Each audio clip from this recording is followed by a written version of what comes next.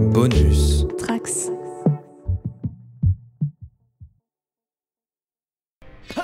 Okay, twerp and surprisingly big man. It's 4 against 2, so what say we just call it a day, right? Whoa! They've got footprints on their faces! Are those flames on their heads? Feels like a real hazard for a paper thief. You! I'm gonna grind your bones with my fists! Ooh, that's inspired. We're both gonna grind your bones. Right. Bonjour et bienvenue dans Tales from the Sewer pour ce 17e numéro dans lequel on va directement suivre le 16e et continuer sur l'ongoing Tortue Ninja qui sort chez iComics en France et chez IDW aux États-Unis avec le 5e tome d'iComics, le 9e si on prend la chronologie d'IDW.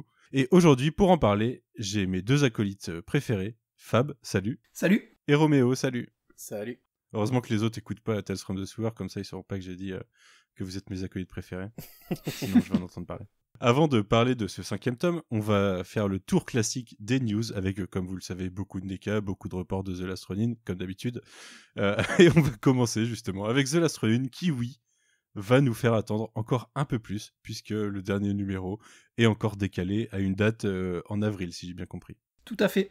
Fin avril, on est aux alentours du 20 avril, si tout se passe bien et que les astres sont alignés. Sinon, on sera peut-être courant du mois de mai. Est-ce qu'on se dit juin ? Franchement, pour partir en vacances serein, allez, juin, juillet. On l'a pas eu pour la galette, on l'a pas eu pour la Saint-Valentin, pas pour les pour la Pentecôte peut-être. Pas cool la Pentecôte, on verra. Ou En tout cas, on a vu par contre cette semaine sur Twitter, je crois que Ben Bishop a terminé de son côté. Ouais, c'est ça, il a terminé mercredi, il avait posté, voilà, c'est sa dernière planche. Bon, il a bien sûr pas divulgué, hein, mais que derrière, de son côté. Il a pas mis les dates de première planche, dernière planche, un truc comme ça ? Si. Il a aussi mis sa première planche au 26 septembre 2020, la page 39 du Last Ronin 1. Donc ça veut dire que les Scorza avaient déjà bossé. Et donc là, la page 39 de Last Ronin 5 est terminée. Donc du 26 septembre 2020 au 1er mars 2022.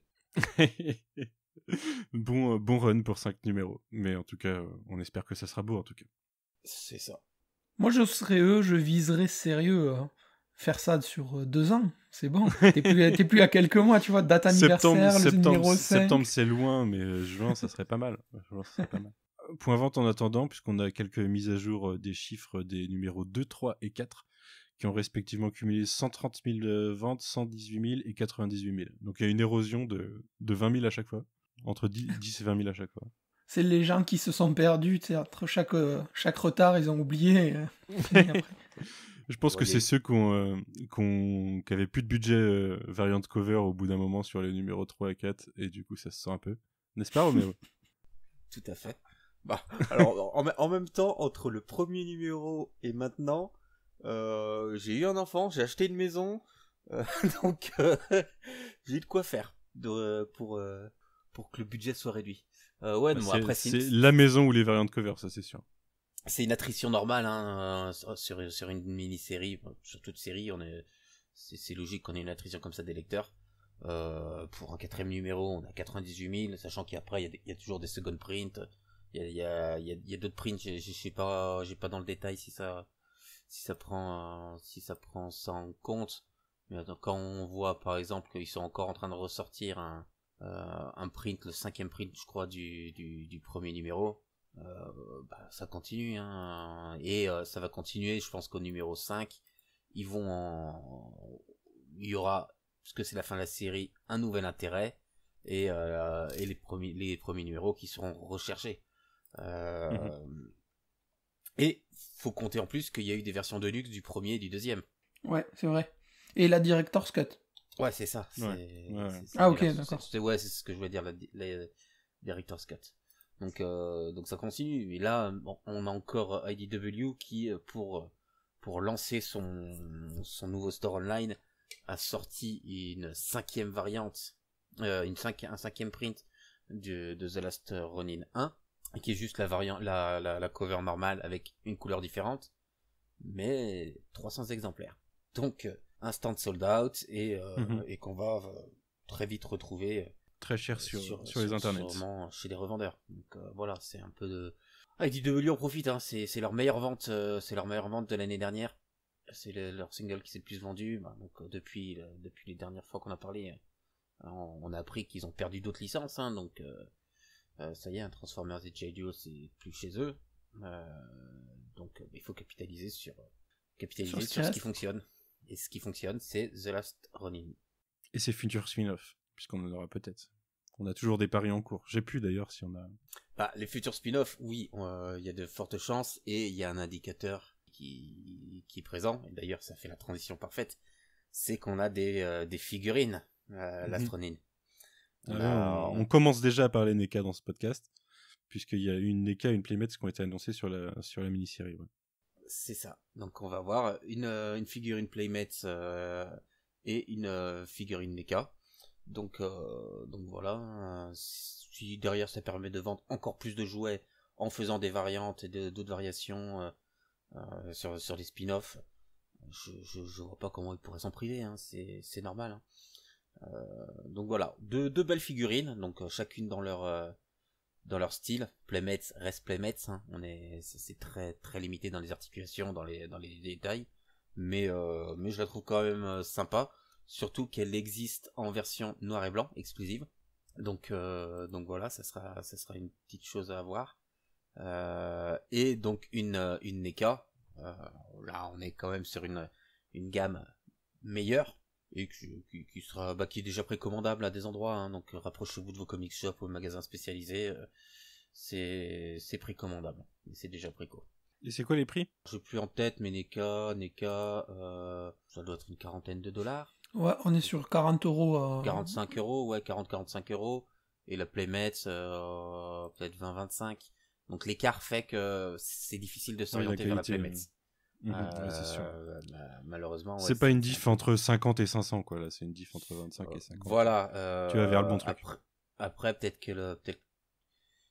qu'elle sera moins chère, elle se retrouve moins chère, je sais pas. C'est toujours les difficultés. Autant NECA est très bien distribué en France, autant la Playmates, je sais pas. C'est pas parce que Playmates, c'est Gyoki Preziosi qui distribue en France pour les versions Rise, pour les versions Animated de 2012. Mais je ne suis pas sûr que que The Last Ronin se retrouvera dans les magasins. Je vois pas King Jouet. C'est pas vraiment connu du grand public. Hein. Voilà, c'est pas le même public. Donc je sais pas, je me suis pas encore penché dessus. On aura deux versions. Ouais, c'est ce que j'allais dire. Ouais. Une version normale et une version noir et blanc. Donc ça commence à en faire. Hein, il y a trois versions.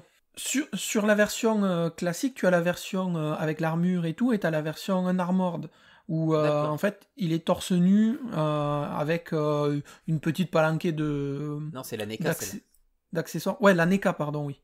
Moi je parle de Playmates. Ah d'accord, ok. Mais la NECA a deux versions aussi. Est-ce que c'est pas la même? Allez, moi je l'ai identifié en deux versions différentes. D'accord, donc il va y avoir... Du coup, ça nous fait 4 figurines NECA différentes, 2 Playmates, deux NECA et 2 Playmates. 4 figurines Last Ronin différentes. Ok. Donc ça commence à faire, hein, entre Diamond, donc la petite statue Diamond qu'on a parlé la dernière fois, la Sideshow, je crois, qui a plus de 600 balles. Ça commence à faire, hein, du prodeur. Donc pourquoi s'arrêter là? Bah, tant que le public a le budget. Et d'ailleurs, on a annoncé, enfin j'ai annoncé en intro qu'il n'y avait pas qu'une NECA, puisqu'on a eu une autre série de 1000 NECA encore. Déjà la version Universal Monster de Mikey cette fois, avec la momie. Je l'ai pas vue, du coup elle est pas mal ou pas? Ouais, très belle. Cette gamme de Universal Monsters est très très belle. J'ai l'impression qu'on en annonce une par podcast. On doit avoir un rythme de sortie de NECA. Bah après on la connaissait. Hein. C'est juste que là on a vraiment eu plus de photos. Okay. Parce que les précos sont lancés. Mais elle est vraiment belle. Et il a une tête alternative qui fait penser à cette image du vieux masque du film que l'on peut voir vraiment tout défoncé. Ok. Ouais, le costume tout pourri là qui s'est vendu C'est il y a ça. pas longtemps aux enchères. Ok. On a une Renette version Mirage aussi, ça m'intrigue. Je l'ai pas vu, mais ça m'intrigue. Ouais, mais J'aime en bien le fait, costume. il lance, il relance. Bon, on savait qu'il y avait les tortues en préparation, des versions Mirage. Donc c'est cool. Donc la Renette, par contre, c'est bizarre. C'est que c'est sa couleur de vêtements. Dans la version Mirage, elle était bleue et la version IDW est rouge, je crois. Et là, ils ont fait donc le design Mirage, mais en rouge. Ou l'inverse, je sais plus. Là, je me suis un peu... j'ai plus l'image en tête, mais il y a une alternative comme ça. Mais elle est vraiment... Elles sont belles. Ça fait une accumulation de beaucoup de figurines. C'est juste ça. Ouais. Bah, il y en a d'autres, hein. Il y en a d'autres. Il y a le en a repère des d'autres. tortues version série animée, celle de 87 du coup. Ouais. On a vu quelques images, parce qu'en fait, il y a eu la Toy Fair. C'est Ouais, pour ça qu'on a une palanquée de news NECA. J'ai pas trop Pas checké que, les hein. Lego d'ailleurs, faudrait que j'aille voir ça. Non, mais il y a rien en Lego maintenant. Ah d'ailleurs, depuis notre dernier numéro, ça y est, l'Explore Jurassic Park va arriver. Merci tout le monde. Merci pour votre Genkidama soutien géant, ça a fini par payer. Donc ouais, on a donc des figurines de Mirage de chez NECA. On a Kazé qui a été teasé avec son sac de cross. On a la gamme Archie Comics qui arrive. Donc se basant sur les comics TMNT Adventures avec Slash. C'est des mashups du coup. Non, c'est les persos quand ils étaient c'est les édités persos chez Archie. Voilà, Ah oui, donc- ok. Ouais. Donc on a Slash, on a Man Ray et Jaguar et Dreadmon. Ok. Et il y a le Turtle Lair. Je connais pas trop cette période, moi. Ouais, c'est pas là. Pourtant on en trouvait en France dans des magazines. Ah ouais, mais dans des magazines, moi les comics Tortue Ninja, j'en achète depuis 10 ans, mais j'achète de la VO et du coup, bah ça c'est une période que j'ai loupé quoi. Ah, ça a été réédité en TPB. Mais ouais, il y a des choses vraiment très intéressantes. Hein. Il y a des très bons. Et Slash vient de là-bas du coup. Ouais. Ok, intéressant.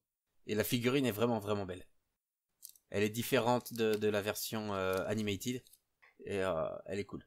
Et le QG de la version animée, c'est quelle taille à peu près?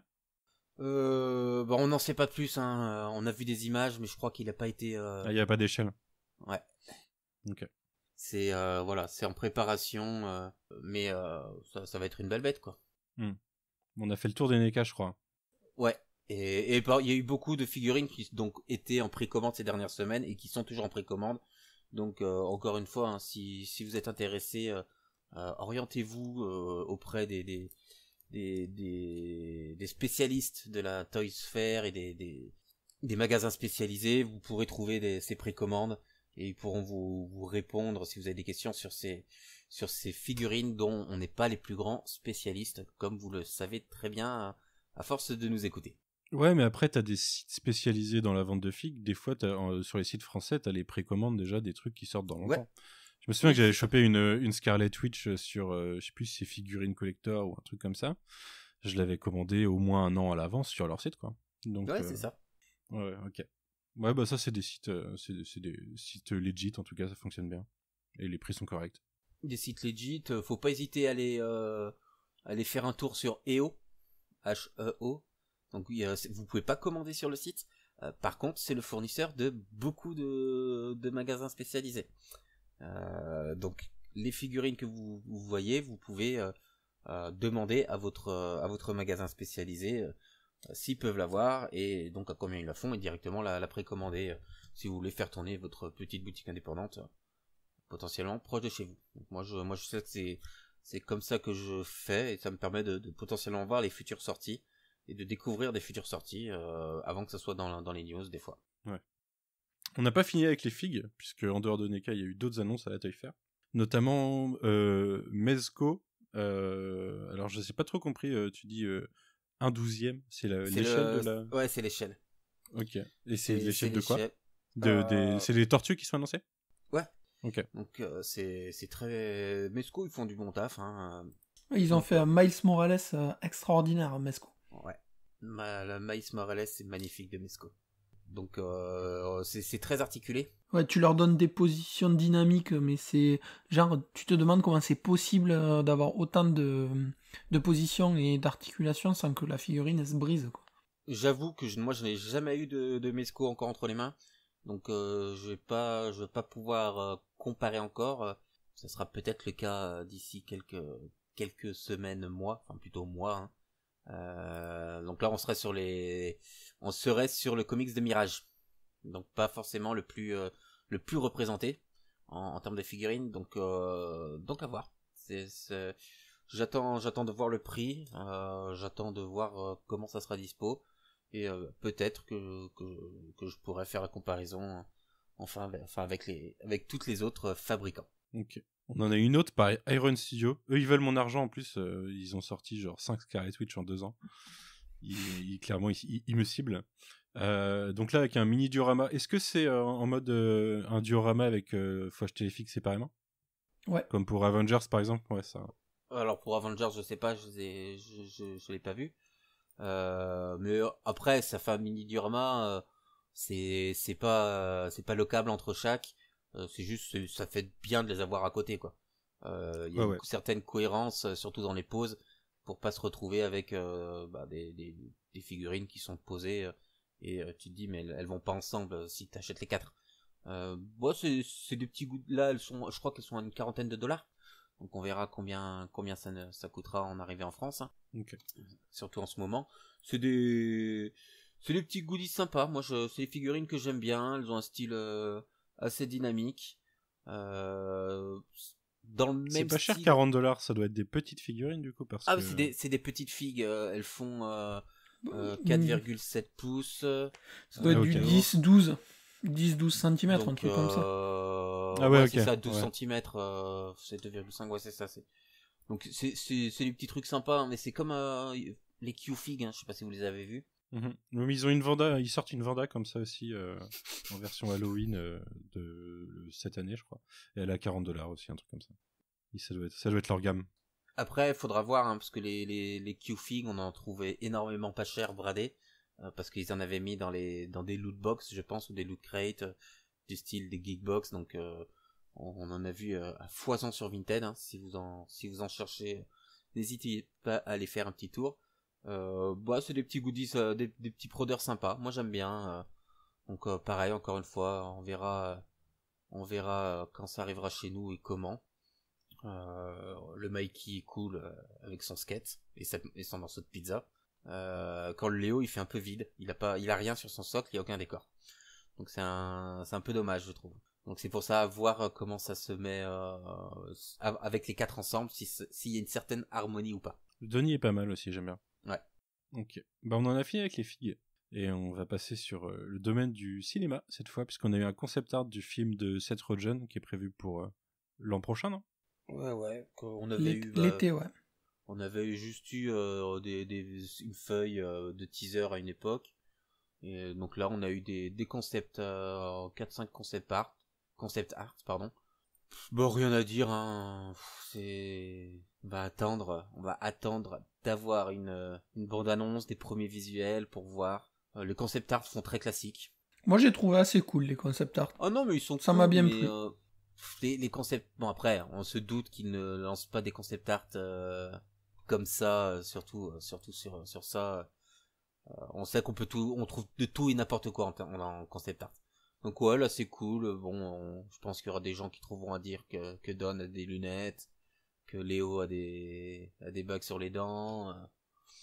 Mais voilà, on verra. J'attends de voir réellement d'un point de vue animation ce que ça va donner.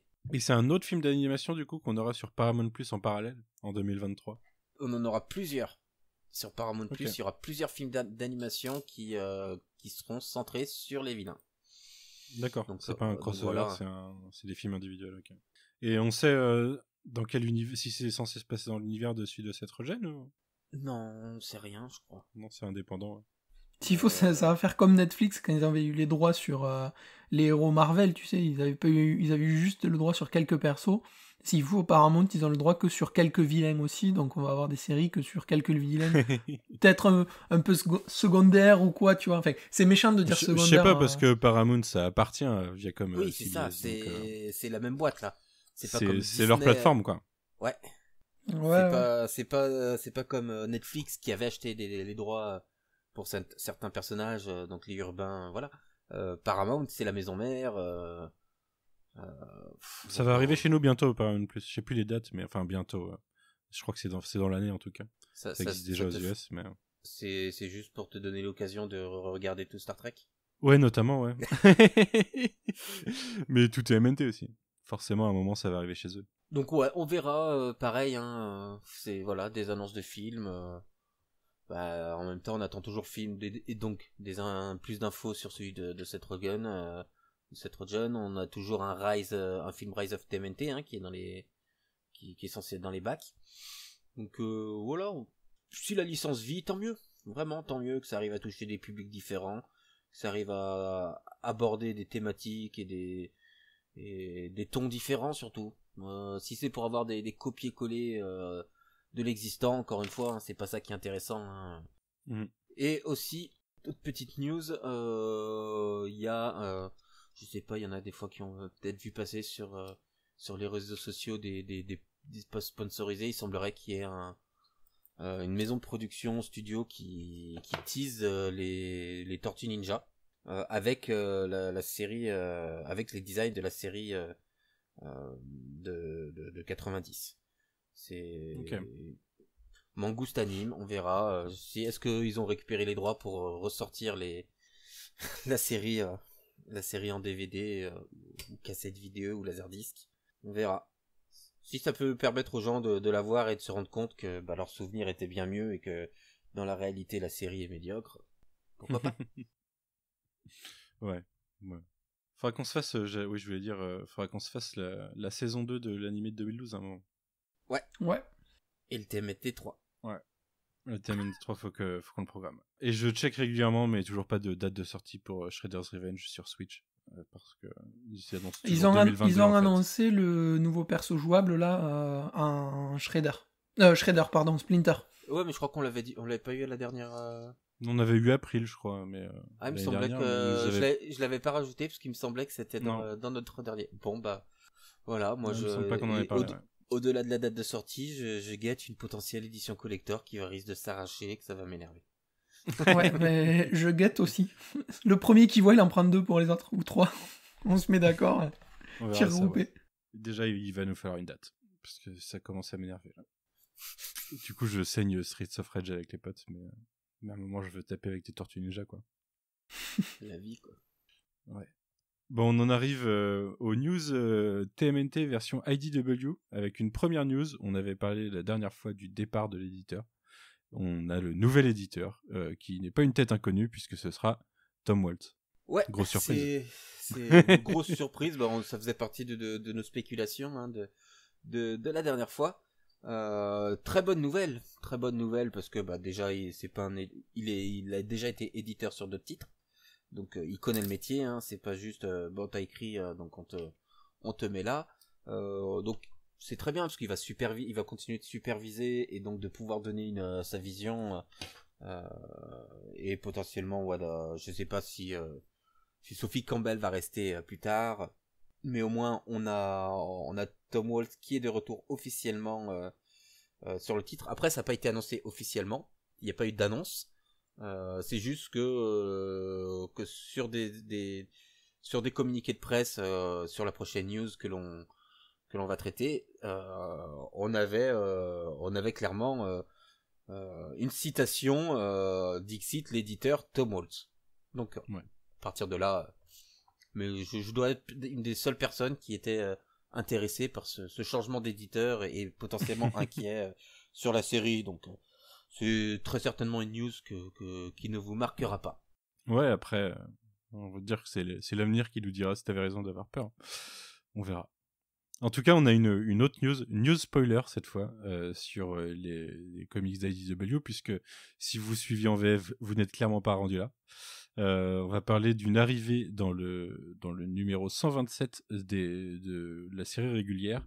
Donc passez 1 ou 2 minutes si jamais vous voulez pas vous faire spoiler. Roméo, est-ce que tu peux nous présenter cette arrivée? Alors, je sais pas si vous vous souvenez d'un Si, épisode on se de souvient. Tales of the Sewer, l'épisode de l'enfer, Je pense que c'était le meilleur. que Manu a adoré, et d'ailleurs il faudra qu'il se refasse un rewatch sur Next Mutation. Non, pas tout de suite.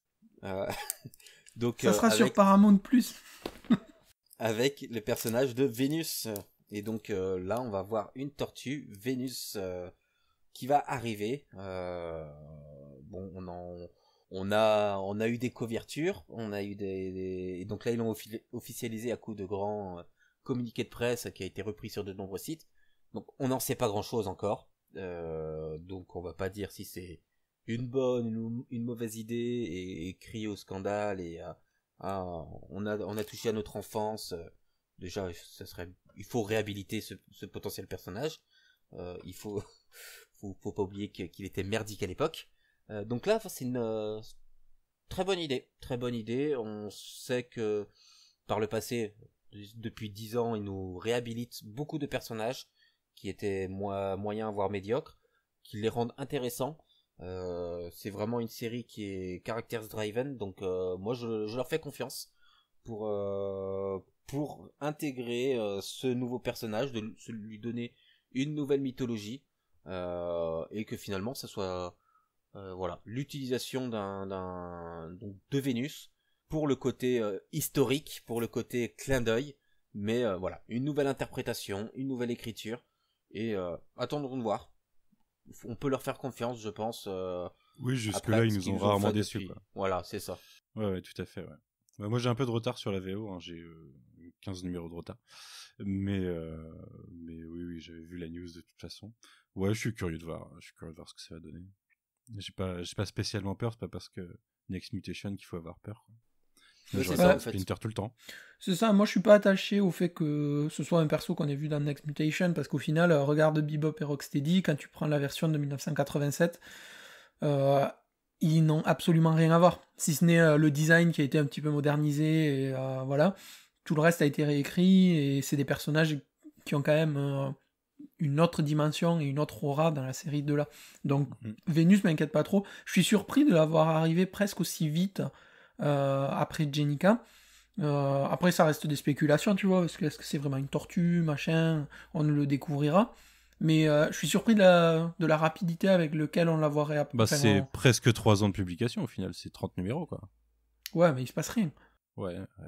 Enfin, passer le 100... disons que le style est un peu plus décompressé, du coup, oui, c'est sûr. Ouais, voilà. C'est pas les mêmes 30 numéros que les premiers de la série de Walker. C'est ça. On verra. Bon, passons au sujet de ce podcast. Avec le tome 5 des Tortues Ninja, intitulé Les Fous, les Monstres et les Marginaux, un tome de transition, hein, on peut le dire, je pense. Fab, est-ce que tu peux nous présenter le contexte et ce qui s'y passe un petit peu? Déjà, c'est le retour de Santoluco sur le titre, après le passage de justement Sophie Campbell sur le tome précédent qui était à Northampton. Et là, retour à New York, un petit peu en terrain connu pour les tortues, où, comme tu le disais, c'est surtout un tome de transition où elles vont récupérer... elles vont se refaire un petit peu à l'idée de se remettre à New York. On va avoir droit à la remise en situation et la relation entre le père et le fils, Kazé et Hun. On va voir un petit peu les évolutions de personnages qu'il y a autour...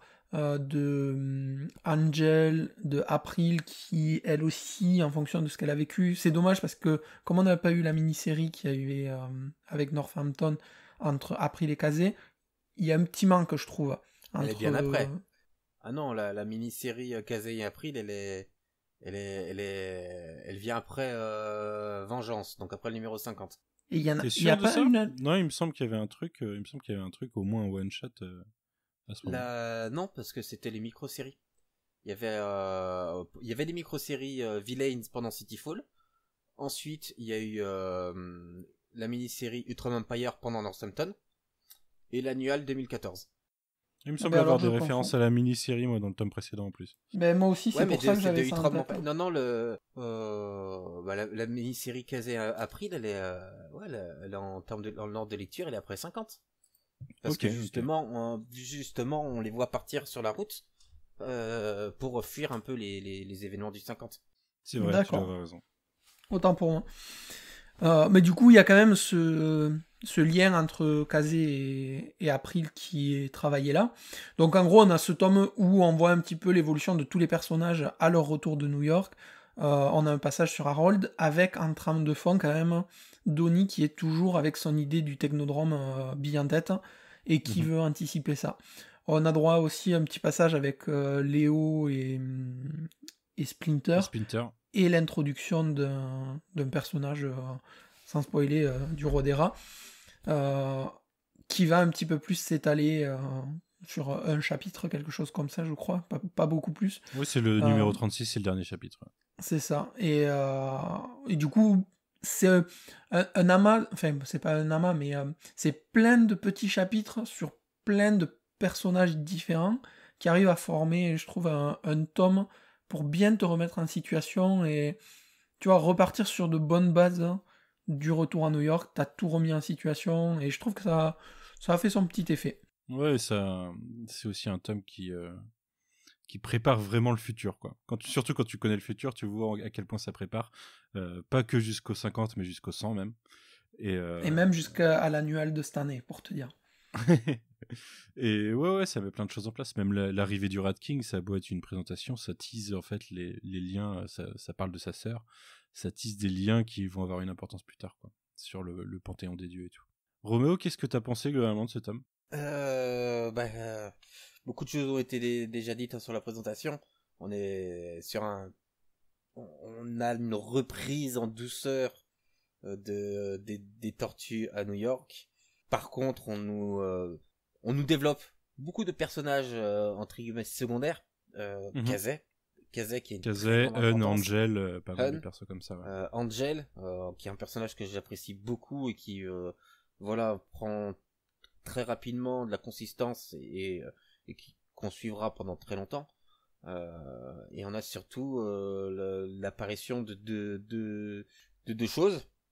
Le Rat King, un personnage que j'adore réellement dans cette version d'IDW, qui est vraiment au cœur de tout ce qu'on lit déjà depuis le début et tout ce qu'on va lire jusqu'au numéro 100 et même encore après. Donc on a vraiment cette apparition de certains. On avait déjà eu des prémices, mais de ce panthéon que l'on va suivre, comme quoi les tortues et Tortue, Shredder et compagnie ne sont que la partie visible, les pions d'un schéma bien plus grand. Donc les pions, de toute façon c'est le terme qui est utilisé. Donc voilà, on a déjà ce Rat King et le début des Mutant Animals qui arrive tout doucement et l'arrivée de Page and Pete. Meilleure intro. Meilleur perso. Mais on a Metalhead aussi en arrière. Et on a Metalhead. On a Metalhead qui aura... Mais par contre, malheureusement, Metalhead, on n'aura pas autant d'importance parce que je crois que c'est surtout dans le TMNT Universe qu'on le voit. Oui. Ouais, après il a une importance à un certain moment, quoi. Mais on en reparlera dans quelques tomes. Voilà. Mais on a un gros arc sur Metalhead qui est dans les TMNT Universe. Ouais, c'est vrai. Vous voulez les faire à un moment, les TMNT Universe, parce que c'est pas publié du coup chez iComics, mais ça peut être intéressant d'en parler pour que les lecteurs qui ne les ont pas lus justement puissent savoir ce qui s'y passe, quoi. Je pense qu'on les traitera d'une manière ou d'une autre, ça pourrait être intéressant quand on y sera. Donc dans quelques tomes encore, hein, les TMNT Universe, c'est... c'est après la fin des mini-séries, des micro-séries plutôt. Ah non, c'est à partir du... C'est à partir... Ouais, non, mais c'est après en tout cas. C'est un moment après le chapitre 64. Ouais, c'est après. Ouais, à un moment ils se sont dit on fait plus trop de mini-séries et de micro-séries et on fait ça dans un truc à part, quoi. Mais c'était mensuel en plus. Ouais, c'était mensuel. Ça a duré 2 ans, 25 numéros, un truc comme ça. 25 numéros, 2 ans. Je sais pas si iComics a prévu de les sortir à un moment après. Dans la dernière vidéo qui est sorti là, en début de mois, ils expliquaient qu'ils arriveraient jusqu'au 100, qu'ils auraient aimé, mais pour le moment, il n'y a pas de plan de sortie, il n'y a rien du tout. Ouais, Donc, ok. voilà. On en reparlera avec Sullivan, de toute façon, à un moment, il viendra faire un tour dans le podcast pour faire un bilan de iComics et des tortues jusque-là, quoi. Ça nous mettra peut-être la réalité, en face de la réalité sur l'édition des tortues en France. Bon, la réalité, on la connaît malheureusement. Hein. On a déjà relayé beaucoup des messages d'une époque où il y avait un manque de lecteurs et de séries qui avaient du mal à être reconnues. Bah oui, on essaiera d'en discuter avec lui. Ouais. Pour en revenir à Page and Pete, parce que c'est très important. On a dans la série de 87, donc Bebop et Rocksteady, qui sont deux débiles. Mais parce que, en fait, ils sont pas caractérisés. Ils sont juste là, et on a fait des débiles. Et là, on a l'exemple même, c'est que tu peux faire un débile, mais le caractériser sciemment comme tel, et tout de suite le rendre intéressant. Et voilà, c'est juste génial, et c'est Page and Pete. Mais en vrai, tu le caractérises pas beaucoup plus difficilement que quand tu vois un vrai pigeon dans la rue. Il a un gun quand même. Oui, mais je veux dire, tu mets un gun dans un... Il lui enlève vite. Hein. Tu prends un pigeon, tu lui mets un gun dans la main, c'est Pete, quoi. T'as pas beaucoup de différence, hein. Juste il sait parler, il sait dire que lui c'est Pete. C'est vraiment... moi j'aime bien le passage parce que justement sur les mutanimaux, on a le passage où Slash aussi, il récupère une conscience. Enfin, il récupère, non. Il obtient soigné, une quoi. conscience. Il disait, oui, il y a la récupération de la scientifique de Stockgen qui va être kidnappée pour bosser pour eux. Au final, elle se fait vite convaincre, parce que déjà, elle avait pas de taf, et en plus, ça lui permet de continuer ses recherches. Mais ouais, on a une petite avancée de ce côté-là, et dans les porte qu'a ouvert Splinter en aidant Hold-Up à récupérer du sérum, quoi. Enfin, du sérum, du mutagène. Ouais, et du coup, c'était la préparation paiement qu'on avait avant dans le tome précédent où ils font cette alliance, et on sait qu'est-ce que Hob avait en tête, en fait, à ce moment-là. Et quand tu regardes rétroactivement, tu te dis, putain, le mec, il a pensé à tout, quand même. C'est vraiment... c'est même plus du vice, là. Non, mais c'est bien, ça crée une nouvelle force pour la géopolitique des Tortues Ninja dans les tomes à venir, pendant longtemps même. Ça crée les Mutanimals, c'est une nouvelle force qui va peser et qui va amener plein de nouveaux persos intéressants. C'est ça, c'est que là on a pour l'instant uniquement Hob, donc un stratège, vraiment un très grand stratège, doué au combat et qui a ses objectifs. Hein, c'est pour faire court, c'est le Magnéto des tortues. Hein. C'est un peu ça.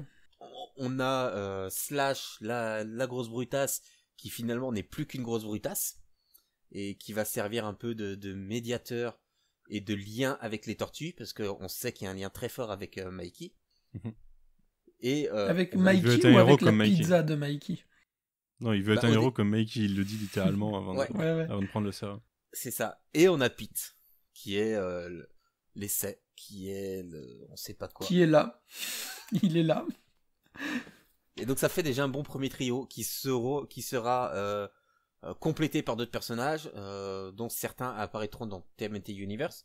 Donc c'est pour ça qu'il faudra qu'on le traite, parce que puis aussi il y a des choses très cool à dire dessus. Mais ouais, on a vraiment cette construction encore basée sur les personnages pour faire avancer l'histoire, et les Mutanimals en sont vraiment en fait l'exemple le plus parfait, l'exemple le plus frappant sur cette série. Bah en fait, les tortues même sont très en retrait. On a Donnie qui se prépare, quoi. Mais il est rapidement traité en fait dans le tome. La tortue qu'on voit le plus, je pense, c'est Léo avec Splinter, parce qu'ils occupent le dernier chapitre et qu'il y a ce besoin de résolution par rapport à ce qui vient de lui arriver, quoi. Mais sinon, c'est vraiment Kazé, April, Nobody, le Kirby fan, j'ai oublié son nom, son vrai nom du coup. Harold, ouais.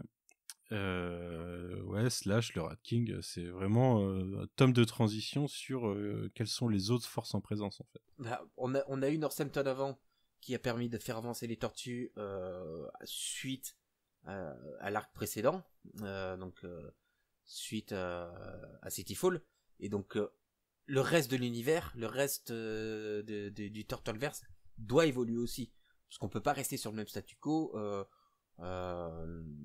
sinon on va avoir un décalage.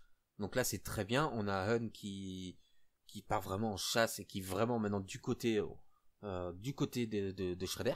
J'aime bien son arc parce que du coup, la résolution de Shredder lui dit que c'est lui qui a attaqué Casey.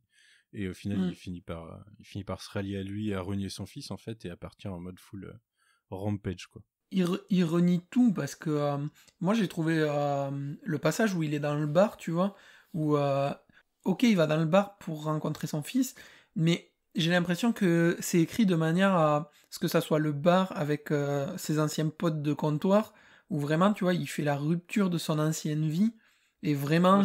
ça finit sur un plan à la Spider-Man No More, hein, sauf que c'est ça. C'est Jones No More, quoi. Et, puis, et ça, c'est l'écriture de Tom Waltz, où non seulement on te le dit, mais il te le répète et il te le raconte. Ça, c'est Tom Waltz, il te l'insiste bien. C'est son écriture qui est comme ça. Il te raconte ce que tu vois et ce qu'il sous-entend. En fait, il n'y a même pas de sous-entendu pour le coup. Donc ouais, il y a un changement, il y a un switch avec un Kazek qui est totalement paumé, qui est très intéressant. On est bien loin du no-brainer, du no-brainer qui veut juste taper. Avec encore une fois la petite planche sur sa mère, qui était déjà un peu qui était un peu évoqué sur les premiers tomes. Enfin, c'est dans le tome 0 puisque c'est Dan Duncan qui le dessinait. Donc pas mal. Moi, il a relation avec April où voilà, on pouvait penser que c'était tout beau, tout bien parce que il avait rencontré les beau papa et belle maman, mais non, c'était une parenthèse et le retour à New York où April veut reprendre une vie, veut retourner à l'école. Ça marque une différence entre les deux qui étaient pas forcément présentes en vacances. On a ce décalage. Ouais. Après, encore une fois, on le dit à chaque fois, mais l'écriture de Walt, que ce soit sur des personnages principaux ou des personnages secondaires, ce tome est clairement axé sur les personnages secondaires, il arrive à leur mettre une consistance et faire en sorte que tu crains pour eux, en fait. Parce que là, quand tu vois justement le passage où Kazé, il est... sur la rencontre avec Hun et ses sbires, tu sais, t'es pas bien pour lui, parce que tu sais que de la manière dont leur première rencontre, la manière dont leur première rencontre s'est passée à côté du bar et dont s'est finie la discussion, tu sais qu'il est pas là pour discuter. Et de la manière dont il est, Kazé est tout seul, il a besoin de prendre l'air, c'est pas bon pour lui, quoi. Vraiment. Et c'est un personnage où la manière d'écrire, voilà, t'arrives à t'accrocher tout de suite, et il faut pas beaucoup, parce que c'est sur 2-3 pages que ça se passe. Et comme à chaque fois, il se passe énormément de choses en peu de pages. C'est un tome assez dense au niveau de dialogue, hein, de toute façon. Il y a beaucoup de discussions, vu qu'il n'y a pas énormément d'action. C'est pas le but de l'histoire, c'est vraiment hyper dense en dialogue. Plus que d'habitude, je trouve, ouais. Le truc qui m'a le plus gêné, c'est un bien grand mot, tu vois, c'est la caractérisation de Harold, en fait. La manière dont il est présenté jusque-là, c'est un petit peu le savant fou solitaire qui supporte pas tout ça, qui arrive à être pote non sans mal avec Donnie parce que ils ont cette appétence pour tout ce qui est tech, gadgets et compagnie. Et en fait, Donnie, à chaque fois, il lui ramène des gens. Et là, il ramène Angel, et en l'espace de 2 pages, ça y est, c'est devenu sa nouvelle pote, à qui il passe tout son équipement et tout. Et ça m'a un peu c'est gêné, elle qui met l'équipement, et c'est à partir du moment où il voit ce qu'elle en fait que ouais, c'est ça. Ouais, mais je sais pas. J'aurais aimé qu'il soit un peu plus bourru, tu vois, qui garde cet aspect un peu bourru, et que si tu veux vraiment... c'est pas parce que t'as mis le costume et que tu lui as sauvé les miches vite fait que ça peut changer quelque chose. Ça m'a un petit peu dérangé. Tu trouves ça trop facile? Il n'y a pas seulement un rôle, c'est le changement de Angel en Nobody aussi, il se fait hop, tap, direct. Ouais. Après, est-ce qu'il y a besoin de préparer à ça? Mais j'ai trouvé ça très, très abrupt aussi. C'est pas un peu préparé dans un dialogue en mode genre elle se sent inutile, elle a besoin d'avoir un rôle, quoi. Et... Je sais pas, j'avais le sentiment d'avoir lu ça, mais non, c'est peut-être l'idée que je m'en suis faite. Mais ouais, mais c'est... En même temps, il va pas faire 2 tomes pour faire évoluer les personnages secondaires comme ça. Non, on est d'accord. Je suis d'accord, mais j'ai trouvé ça quand même très abrupt de la création entre guillemets de Nobody, parce que c'est un personnage existant. Hein. Donc pareil, hein, c'est on pioche dans la mythologie, dans toutes les mythologies de tortues existantes pour le faire apparaître chez IDW. Moi j'ai trouvé ça un petit peu abrupt, mais j'aimais bien Angel, que je trouvais un peu malheureusement un peu en retrait, c'est évident parce que on peut pas avoir tous les personnages ultra développés, et surtout j'avais bien aimé en fait le début, donc l'équivalent du premier single, dans le bar, un peu ces discussions avec Kazay, donc on la retrouve directement après en Nobody, et j'aurais bien voulu ce développement un peu plus entre Kazay et Angel. Il y a quelques pages où ils sont sur le toit là, mais je trouve que ça suffit pas. Ça suffit pas, et on a trop ce côté regarde, je peux faire ça, et pas le développement entre les deux. Mais je crois qu'il y a un annual qui en plus qu'on n'a pas eu, qui traite un peu plus de ce côté-là, de cette relation-là. Où je me plante peut-être. C'est possible l'annual. Il y a un annual dans le bar. Il me semble. C'est pas un annual de Kevin Eastman. Si. Ouais, il y a tous une les histoire annuals, de Purple tous les Dragon. annuals, Il y a une c'est histoire de Kevin Purple Dragon, il me semble, à un moment, ouais. Bah après, il y a la mini de Hun aussi qu'on n'a pas eu et qui amène aussi le changement total de Hun, du personnage. Parce que nous, ça va, ça nous gêne pas dans le sens où, comme on l'a lu, on connaît. Mais alors, je pense que je l'ai oublié très honnêtement.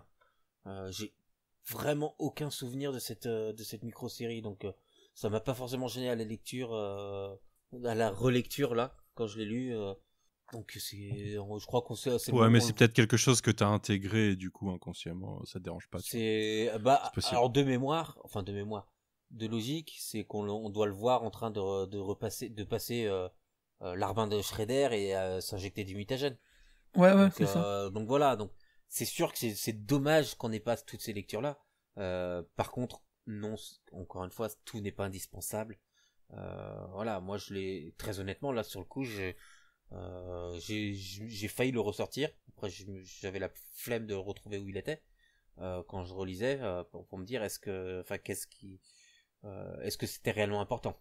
Donc on apprend des choses, ça ne gêne pas à la compréhension globale. Non. C'est comme on a un rappel à un moment comme quoi les plans du téléporteur que Donnie a et qui veut aller donner à Harold, c'est parce que il les a eu du Fugitoid dans Utrom Empire, dans la mini-série Utrom Empire. Donc il y a toute une histoire qui amène à ça et qui s'inscrit dans l'univers, mais c'est pas indispensable. On les a, Donnie les a, et c'est tout. Ça avance à rien de savoir comment il l'a eu. Donc toutes les lectures ne sont pas indispensables. Il y a des bonnes lectures, il y a des lectures médiocres dans ces mini et micros. Tout n'est pas indispensable. Voilà. C'est sûr que c'est dommage, mais vous pouvez lire sans. Voilà. Je l'avais déjà dit, mais je préfère le redire parce que je vois beaucoup de gens être déçus, c'est normal. Par contre, vous allez être déçus sur certaines micros si un jour elles arrivent. Elles ont été annoncées non, mais en TP. Je parle par exemple les mini-séries Bebop et Rocksteady. Ah oui, non, on est d'accord. Non, mais ça n'existe pas. c'est à l'image des personnages. C'est nul. Ah si, les personnages. Mais Pepperoni, il sort pas d'une de ces mini-là, justement? Non, de Turtle in Time. Ah, peut-être, ouais. On touche pas à Pepperoni. Non, en vrai, il y a une micro-série qui est toujours pas là, c'est celle de Donnie, où il en est fait référence dans le tome VF en plus, et qui n'est toujours pas sorti en VF, qui devait sortir en édition Canal BD, et que j'attends, parce que c'est toujours Donnie qui morfle. C'est normal. Non. Il a pas fini de morfler. Oh, le teasing. Toi-même, tu sais. Tu commençais à pleurer tout à l'heure à l'idée des prochains tomes. Oh, enfin bref. Le côté Metalhead, petit aparté sur Metalhead, qu'on nous expédie aussi très très rapidement pour l'instant. Mais bon, il est introduit, ultra quoi. Stylé quand même. Il pète déjà un câble, mais il est introduit, quoi. Le design est est mortel. Le design est absolument génial. Le choix des couleurs est top.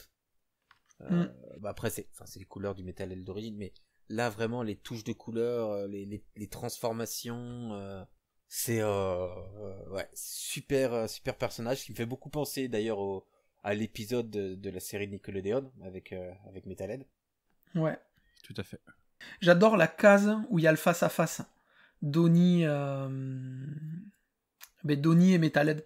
Où vraiment, tu sais, tu sens, il y a cette espèce de vibe où Harold, il s'est clairement inspiré de Donnie. Et là, t'as genre la création face au modèle. Et j'adore cette case. Vraiment, elle est trop stylée.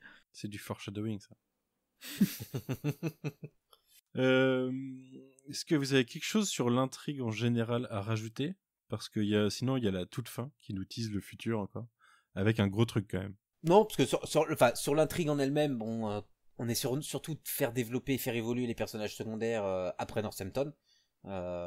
Vu qu'on n'a pas eu d'histoire sur ce qui s'est passé à New York pendant l'absence des tortues. Donc il n'y a pas de grande histoire développée. Mais ouais, c'est ça qui est intéressant aussi dans ce tome-là. C'est qu'on a cette remise en situation, ces évolutions. Et donc le dernier numéro qui t'annonce la couleur sur les 70 prochains numéros, pas loin, un peu moins. Le face-à-face, la rencontre entre Shredder et Krang, du coup. Sur, c'est quoi, c'est Burno Island? Ouais. Ouais. Mais c'est pas dit, mais c'est là-dessus. Ouais. Enfin, c'est sur un bateau. Ouais. Ouais, Sur le vrai. pont d'un bateau. Là. Mais est-ce que c'est cette case-là qui est reprise pour la couverture du numéro d'après? Je me souviens qu'il y a une couverture qui ressemble exactement à ça. Non, la couverture, c'est on les voit devant le Technodrome. Ah oui. On le voit devant le Technodrome. Mais ouais, tout ce dernier numéro avec le Rat King et ce rappel à ces histoires du joueur de flûte. Le mode conte, ouais. Qui est en plus, moi, un conte qui m'avait marqué quand j'étais gamin, que j'avais étudié c'est dark, au collège. Donc quoi, ça m'avait pas mal remonté de souvenirs. Je trouve le personnage terrifiant dans son design, dans son approche, avec ses montagnes de rats, avec quand on le voit juste en background où on voit que des yeux dans le numéro d'avant, c'est stylé. C'est déjà son premier, enfin pas la première apparition, parce qu'on le voit donc. Si, c'est la première fois qu'on le voit de plein pied, donc on le voit apparaître par les yeux, avant qu'on passe dans ces dimensions du rêve un peu. Et là, on l'a sur son trône, qui est assez vraiment majestueux, imposant. Et je trouve ça, imposant malgré une morphologie très fine. Et là, on se rend compte que ouais, on a le grand vilain. Je le trouve génial. Moi, j'adore ce personnage. J'adore cette pose sur le trône que j'ai en figurine et que je trouve absolument sublime. Donc voilà, on est vraiment dans le mind game. Tu sens la malice en fait. Ouais. Quand tu le vois, tu sais que c'est la malice incarnée en fait le truc. C'est voilà, je vous ai raconté mon plan, je vous ai pas raconté mon plan, je vous ai raconté ce qui va se passer, que c'est un jeu, que vous êtes. Et parce qu'il se place assez rapidement comme le frère de Kitsune aussi. Et maintenant, vous allez tout oublier.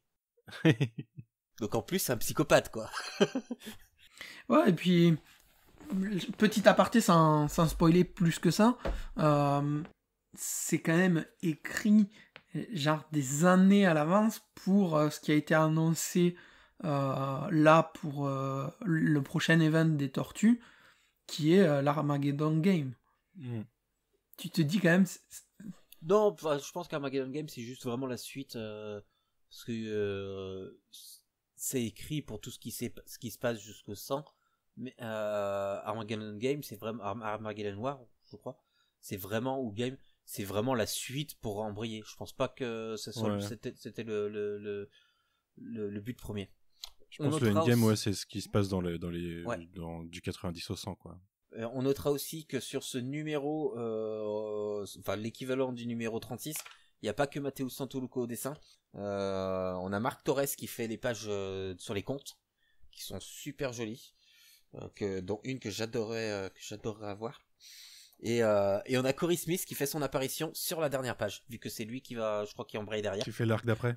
Ouais. Qui a Mais fait un narrativement, très c'est intéressant de leur faire oublier la mémoire parce que nous, en tant que lecteurs, on sait qu'il y a un plan plus large, mais pour les personnages, ça les laisse se concentrer sur la menace du Technodrome et ça les disperse pas sur autre chose. Je trouve ça intéressant narrativement d'avoir fait ça.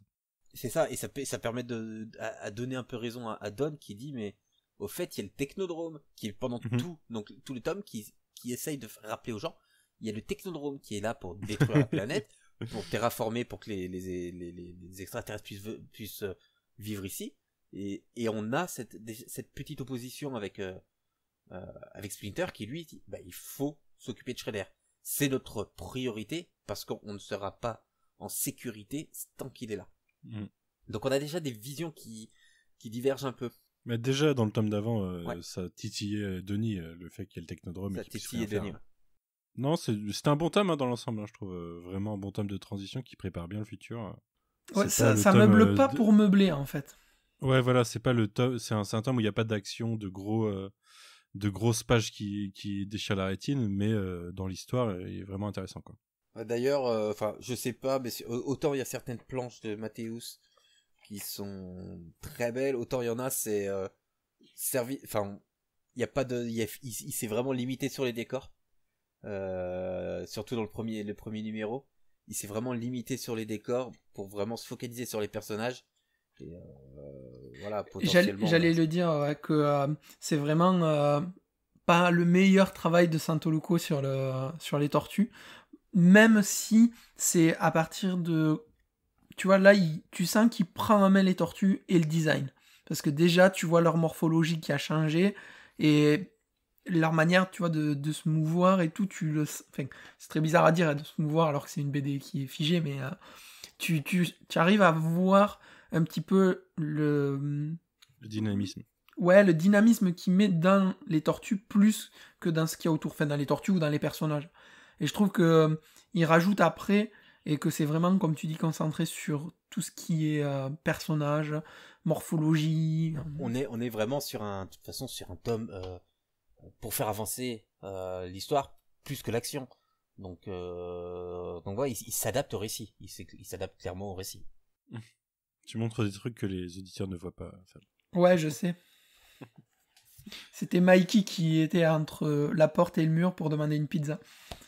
Si tu veux, il a cette petite tête avec ses petites billes là et ses yeux tout émerveillés.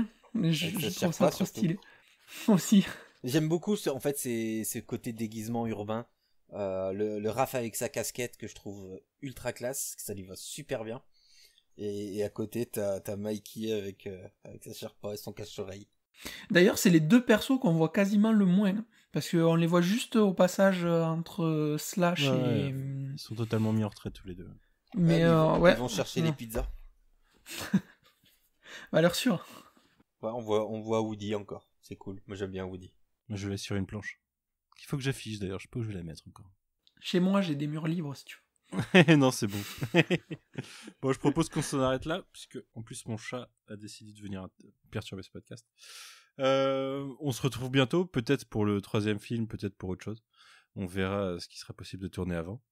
Mais en attendant, on vous souhaite une bonne semaine et on vous dit à bientôt. Salut. Ciao. Salut.